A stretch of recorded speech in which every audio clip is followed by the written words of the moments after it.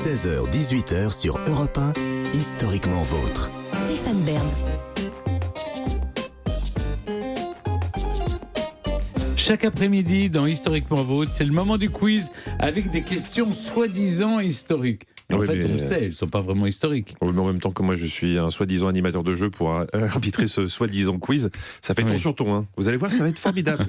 Allez, c'est parti. Si vous le dites. Non, écoutez, je le prends comme ça maintenant. Hein. Allez, on va jouer. Et on va commencer tout de suite avec vous, Stéphane. Stéphane, commençons ce quiz dans l'Italie du XVIIe siècle. Voilà. C'est à cette époque qu'une mode prend de l'ampleur, le Sigisbée.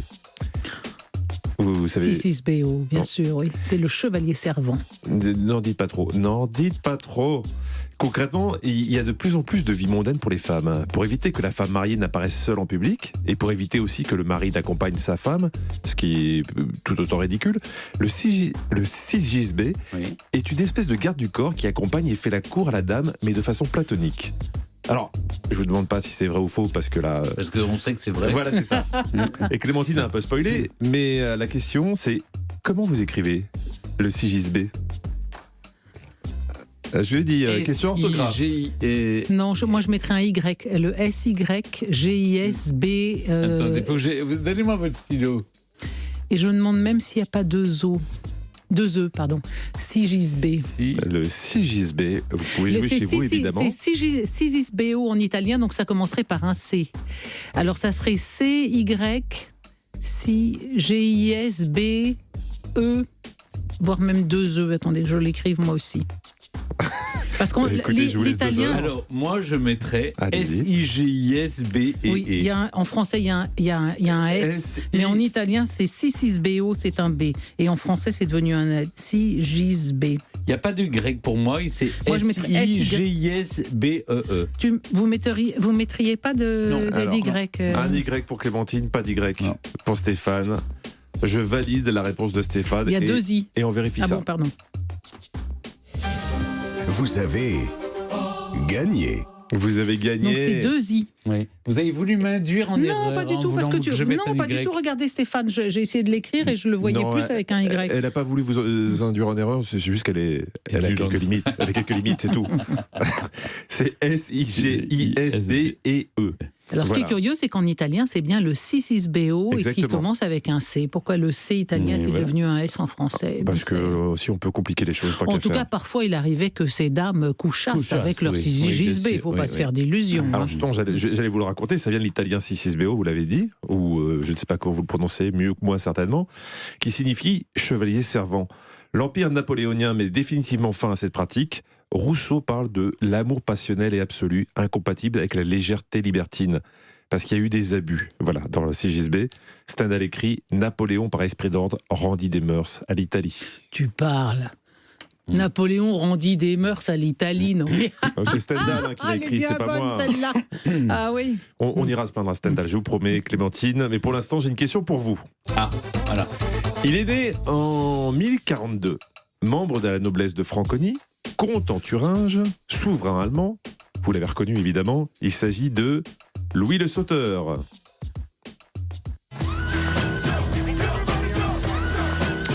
Ça c'est pour le saut. Alors, qui était le père de Louis le Sauteur? Plusieurs propositions. Louis le Hirsute, Louis le Barbu, Louis le Poilu ou Louis la Grosse Mèche? Ah, c'est curieux, moi j'aurais dit Louis le Chauve. Parce que vous dites quoi, 1041 1042. 1042. Ah oui, non, non, c'était peut-être son arrière-grand-père, Louis le Chauve, parce que Louis le Chauve, c'est le traité de Verdun, c'est après Charlemagne. Charlemagne, c'est l'an 800, la 1042. Oui, c'est carrément 200 ans plus tard. Donc l'idée, c'est que c'est un roi complètement inconnu. Le truc, c'est le gag sur le nom de son père. Donc redites-moi les noms des pères. Louis le Hirsute, Louis le Barbu, Louis le Poilu ou Louis la Grosse Mèche? Oh, bah c'est le premier, je pense, non? Oui, Louis le Hirsute. Le Hirsute. Louis le hirsute. Parce que ça devait être le chevelu. Tandis que le barbu, je vois pas pourquoi est-ce qu'on aurait dit le barbu. Ça dit, Charlemagne s'était fait raser la barbe, on se rasait la barbe, mais pas chez les mérovingiens. Est-ce qu'on porte la moustache, on porte les cheveux longs. Donc ce qui est plutôt, chez les mérovingiens et carolingiens, ce qui est plutôt important, c'est les cheveux longs, et de qualifier un homme par sa chevelure, ça me paraît crédible. Moi je dirais le premier, le hirsute, celui qui a plein de cheveux, non. Alors sinon, il reste quoi? Le barbu? Ah, le barbu. Alors justement, est-ce que c'est parce que lui aurait eu la barbe alors que c'était Le problème, c'est que je vous rappelle qu'il y a Laurence Ferrari qui nous attend derrière. Il va falloir qu'on réponde à un moment. Bon.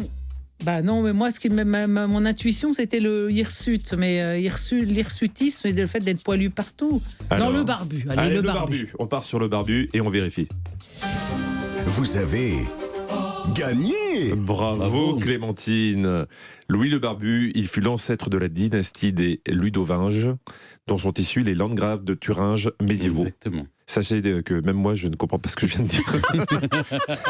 J'ai fait de la phonétique. La Thuringe. Et je pense Thuringen. que ça s'est entendu. Thuringen, c'est Leipzig. Thuringen. Vous connaissez l'équipe de foot au moins quand même. C'est la Thuringe, c'est la région natale de Bach, c'est la région natale de Goethe, c'est la région natale de très grands messieurs, de Luther aussi. Et c'est pour ça que je voulais que vous le précisiez. Écoutez, vous êtes ex-aequo, on va pas traîner aujourd'hui, on va aller directement à une question pour vous départager.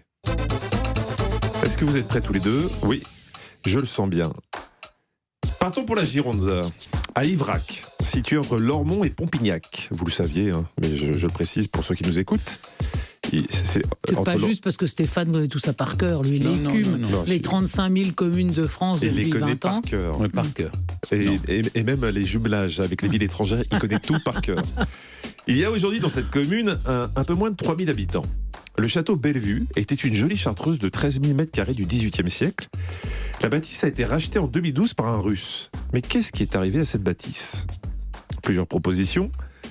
Elle a été détruite suite à un ordre mal compris. Elle a été remplacée par un bowling virtuel. Elle a été détruite et reconstruite en changeant l'orientation vers le soleil parce que le nouveau propriétaire trouvait la bâtisse un peu froide. Ça, oui, celle-là, elle me plaît bien, là. Il l'a fait réorienter. Réorienter pour Clémentine, et vous? Elle a été détruite parce qu'il y a eu un mauvais ordre, un ordre mal compris. Incroyable. C'est vrai, vous ça. Vous avez l'air de connaître l'histoire. Ou vous bluffez simplement? Je lis la presse, monsieur. Ah voilà, qu'est-ce que je disais? Oui, il le sait. Il y a plein de chaleureux maintenant, c'est monsieur. Hein, ça va finir avec des huissiers, cette histoire. Non. Écoutez, je sais pas quoi dire, mais il est fort, c'est lui qui a raison, elle a été détruite par erreur. Ouais. Incroyable. L'ordre a été donné de détruire une dépendance, mais l'ordre a été mal compris. Tout a été détruit. Oui. Depuis, Dmitri Soskine a tout reconstruit, mais selon le maire, pas du tout dans le même état qu'auparavant. Hein, ça nous aurait étonné. Et depuis aussi, le monsieur russe a été condamné pour avoir installé des caméras à l'extérieur de chez lui, mais de façon non réglementaire. Il a aussi été condamné pour avoir démonté un lampadaire municipal et en avoir installé un à lui, et aussi condamné pour avoir utilisé sur ses champs un insecticide interdit en France, mais sinon ça va. Il fait tout dans les clous. C'est ça, je pense que la fête des voisins, elle va être un peu compliquée. Bon, ça valait la peine de cette question, je dois dire. Bon, en tout cas, bravo à Stéphane et bravo à vous aussi, Clémentine.